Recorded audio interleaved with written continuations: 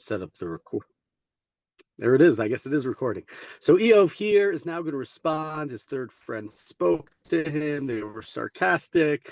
They told him, what does he know, his friends? His mind is limited. His knowledge of God is limited. God is so great. God is so large, one end of the earth to the other. Vayan Iyov Vayomar. And Iyov said and replies. He said in a reply, Omnam, ki atem am, v'imilchem tamut chochma. Indeed, you guys are a group of people, and you are the voice of the people, and wisdom will die with you, right? That is to say, you guys must know everything. Gam li levav k'mochem lo nofel anochi miken vet mi ein k'mo ele. But you know what? I also have a brain, and I don't think I'm any lesser than you. You think that you know everything and I don't know anything? There's nobody like you? You think that when you die, there's not going to be any more wisdom? You three geniuses, you understand the divine plan? I don't understand the divine plan? Schok l're'ehu eheyeh koreh le'eloha vaya'anehu. Schok tzadik tamim.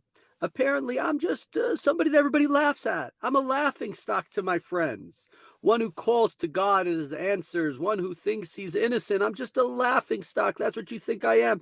I'm an idiot. I don't know anything. We look at him. He's an idiot. He doesn't know anything. He's a laughing stock.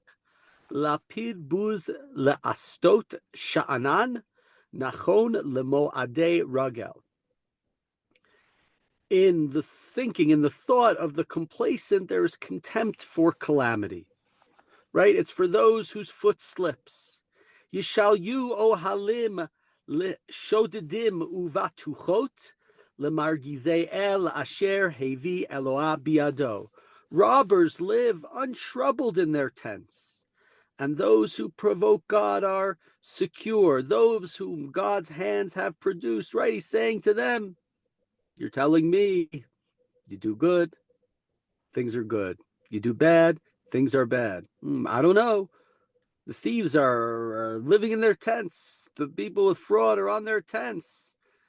So, v'ulam sha'alna v'heimot v'torecha v'of hashamayim v'yaged lach. But ask the animals, ask the beasts, and they will teach you, the birds of the sky, and they will tell you. Those were things that they said to him. Learn from the animals and learn from this. So siach la'aretz v'torecha v'sapru lecha digei hayam. Or speak to the earth and it will teach you, the fish of the sea, and they will inform you. And by the way, in this verse, both in the middle of both of these verses, we have the word, right? Vehemot v'torecha, la'aretz v'torecha. That's the same root as the word Torah. That's the same word, to teach. For those who understand the word Torah as a word that means to teach, like a moreh, like a morah. So, right? Speak to the earth, it will teach you. The fish will teach you. The birds will teach you. The beasts will teach you. Milo yada b'cholela ki Adonai astazot. Who among everybody, everybody knows that this comes from God. Asher biado nefesh kol chai v'ruach kol basar ish. In whose hand is every living soul and all the breath of all mankind. Right? We know this. You're telling me to look at this and look at that and look around, and you'll see that this is what the way things are supposed to be.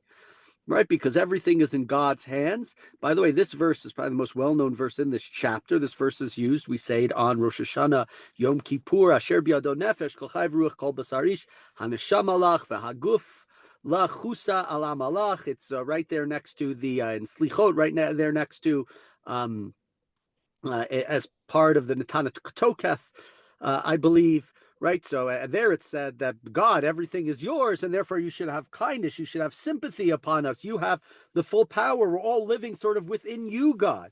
In your hand is every living soul and breath of all mankind. Iyov here is much more, in a sense, I think he's being sarcastic, because Iyov has already said, God, I don't want to be so close to you. Leave me alone. When you're close, it's problematic, and we'll see more of that in a second. Continuing verse 11, Halo ozen milin tivchan v'cheich ochel yitamlo. Truly the ear tests, it looks at all the arguments, and the palate tastes all of the food. Be shishim chochma v'orech yamim tfuna, is wisdom in the aged and understanding in the long-lived. Imo chochma gvura lo eitzau tfuna. With God are wisdom and courage. His are counsel and understanding. But then he says, let's look at the following. But whatever, and you tell me, whatever God tears down, he can be right, cannot be rebuilt. Whomever God imprisons cannot be set free. When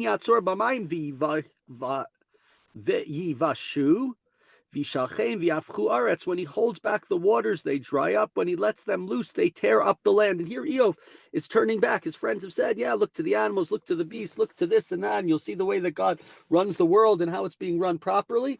But he has a very different, right? His knowledge, his idea is not come close to God and you will be protected. He sees God very much as a dangerous force. He sees God as capricious. He sees God as cruel at times. And look what he says here, right? God can make a famine and everybody is hungry. Everybody is starving. And then what? And then God, finally it rains. And what happens? There's a monsoon. There's a tsunami. There's right? This is what he's saying to them. You're telling me turn to God, look around the world. God stretches from here to there and everywhere. And as long as you turn to God, everything's going to be fine. But my experience is that God's closeness and God comes into this world and brings destruction. He doesn't want to let it rain. There's a famine.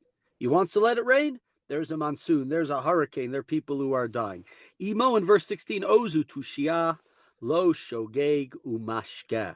With him are strength and resourcefulness, but also erring and causing are from him, right? He's causing. Yes, he has strength. Yes, he has resourcefulness. Yes, he can make it rain or make it stop raining. Yes, all these powers, this unlimited power. But look what happens. Look what it causes. It causes death and destruction and horror. Molich yoatzim sholal v'shoftim yeholel. He makes counselors go about naked and causes judges to go mad. Right? Talking about people here, presumably highly educated people. And what does he do to them? He makes them crazy. He turns their minds and they're going mad and they're running around naked without clothing. And they were so smart and they were so wise. And of course, we think about this and think about the world and humans who are supposed to act in a divine way. And we are tested in the same way as well. Have we done more to preserve life? Have we done more to destroy life? Are we pushing forward laws that are going to improve people's lives, or are we enacting laws that are only going to improve a small subset of people's lives? Are we using science to create medicine? Are we using science to create nuclear bombs and then death and destruction? Etc., etc. And that's over and over again, sort of in this chapter. And the challenge, obviously, none of us are God and have that same abilities. And I don't know. I'm not a quantum mechanics PhD who's working on things of that sort. But that's the challenge to humanity. Continuing verse 18, Musar melachim piteach.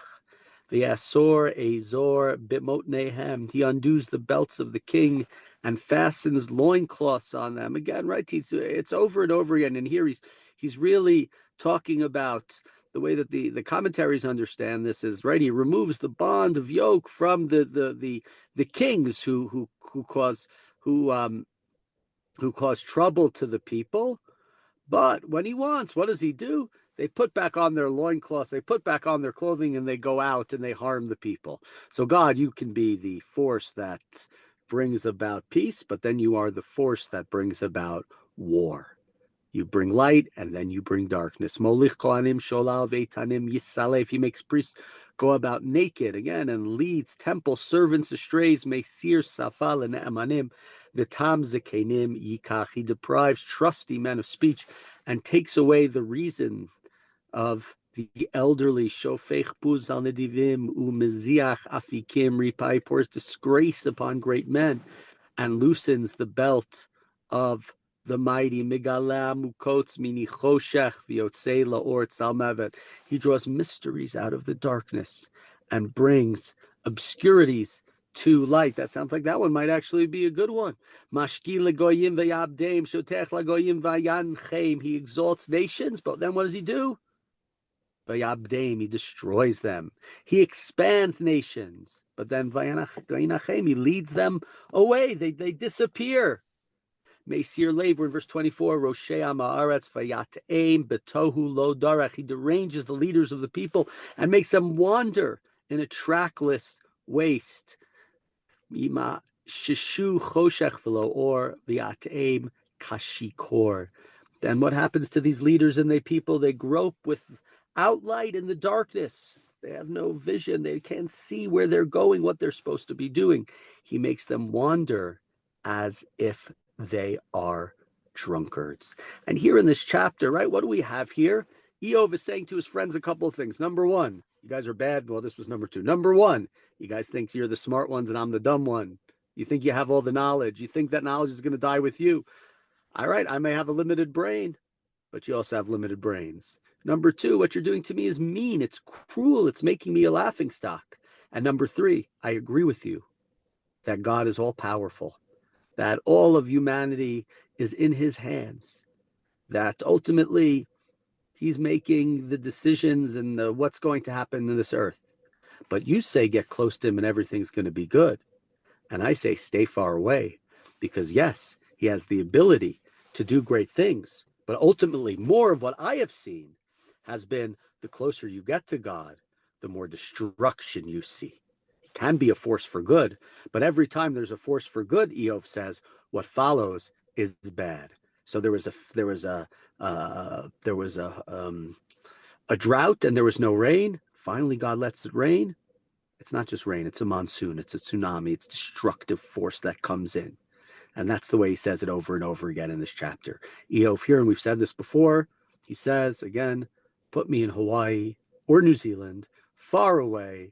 Let me stay far away from everything that's going on here and leave me alone. Let me just live my life.